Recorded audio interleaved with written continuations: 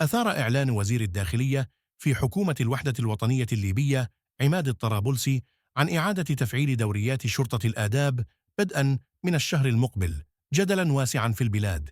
تهدف هذه الخطوة إلى مواجهة ما وصفه الطرابلسي بالظواهر المنافية لقيم المجتمع، وتشمل فرض ارتداء الحجاب على النساء في الأماكن العامة، ومنع سفر المرأة دون محرم، وحظر الاختلاط بين الجنسين في المقاهي والأماكن العامة. كما أشار الوزير إلى منع تسريحات الشعر والملابس التي لا تتماشى مع ثقافة المجتمع الليبي. تصريحات الطرابلسي التي تضمنت قوله: من يريد العيش بحرية فليذهب للعيش في أوروبا، قُبلت بانتقادات واسعة من قبل نشطاء حقوق الإنسان ومواطنين ليبيين، معتبرين أنها تمثل تقييدا للحريات الشخصية وعودة إلى سياسات قمعية. أعربت الناشطة الليبية أميرة يوسف عن رفضها لهذه الإجراءات، مشيرة إلى أن فرض لباس معين ومنع المرأة من السفر دون محرم يعد انتهاكا للحقوق الأساسية.